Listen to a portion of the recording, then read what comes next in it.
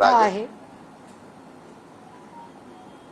की दमानिया असं म्हणाल्या खरातला 177 कॉल चाकणकरांनी केले, 236 कॉल त्यांची बहीण प्रतिभा चाकणकरीने खरातला केले, तब्बल 17 कॉल हे एकनाथ शिंदेंनी केले, ज्याच्यातले 6 इनकमिंग 7 आउटगोईंग असं काहीतरी त्यांनी संख्या सांगितलेली आहे, आणि दीपक केसरकरांचे काही कॉल.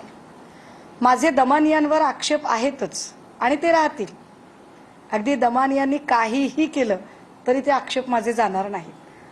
उलट आज तर अमृता वहिनींनी त्याच्यावर ट्विट करून माझ्या शंकेला शिक्कामोर्तब केलंय, हेही तितकंच खरं. त्यामुळे ते आक्षेप माझे जाणार नाहीत. पण माझी अडचण अशी आहे, त्याला म्हणतात ना, धरलं तर चावतंय आणि सोडलं तर पळतंय. तर माझी अडचण अशी आहे की मी आत्ता दमानियांवर जर कॉन्सन्ट्रेट करायला गेले तर मूळ मुद्दा बाजूला पडेल.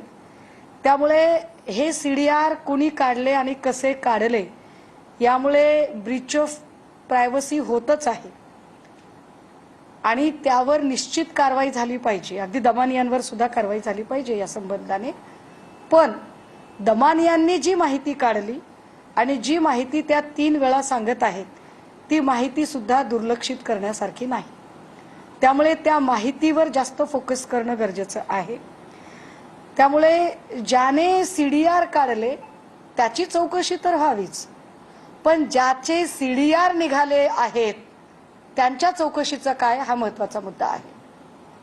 विशेषतः जर राज्याच्या उपमुख्यमंत्र्यांचं नाव दमानिया घेत असतील तर हे गंभीर आहे.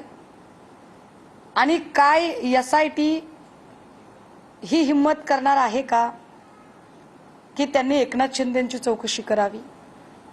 कारण माझ्या अडचणी अशा आहेत की ड्रगच्या प्रकरणामध्ये मी फार म्हणजे फार अगदी 3 वर्षांपासून मी त्याच्यात भांडतीये, पण त्यात अजूनही म्हणाव्या तशा कुठल्याही चौकशा होत नाहीत, तपास होत नाही, त्याला वेग मिळत नाही. आता हे नवीन अघोरी तंत्रमंत्र विद्येचं प्रकरण आलंय. ही अघोरी विद्या, हे तंत्रमंत्र प्रकरण, हे सगळंच महाराष्ट्राला पुन्हा अजून 5-25 वर्ष मागे नेणारी गोष्ट आहे. आणि त्याच्यामध्ये जर नाव महिला आयोगाची एकेकाळची प्रमुख म्हणून चाकणकरांचे येत असेल किंवा राज्याचे मुख्यमंत्री असणाऱ्या व्यक्तीचं नाव जे आता उपमुख्यमंत्री आहेत त्यांचं येत असेल तर हे गंभीर आहे. त्यामुळे हे कॉल एकनाथ शिंदेंनी कशासाठी केले, का केले, याची चौकशी होणं गरजेचं आहे. मी जसं आधी म्हटलं की ज्याने सीडीआर काढले त्याची तर चौकशी झालीच पाहिजे की त्याला सीडीआर कसे मिळाले. पण ज्याचे सीडीआर निघालेत, कारण ज्या अर्थी दमानिया इतक्या वेळा म्हणतात त्या अर्थी दमानियांचं म्हणणं त्याच्यात काही तथ्य असेल, तथ्य नसेल तर दमानियांवर कारवाई होईल, पण तथ्य असेल तर ते दुर्लक्षित करण्यासारखं नाही. त्यामुळे एकनाथ शिंदेंची चौकशी SIT करणार आहे का? कारण जी SIT 18 तारखेला पहाटे खरातची कारवाई झाली अटकेची, त्याच्या तत्पूर्वी 2 दिवस आधी SIT स्थापन झाली.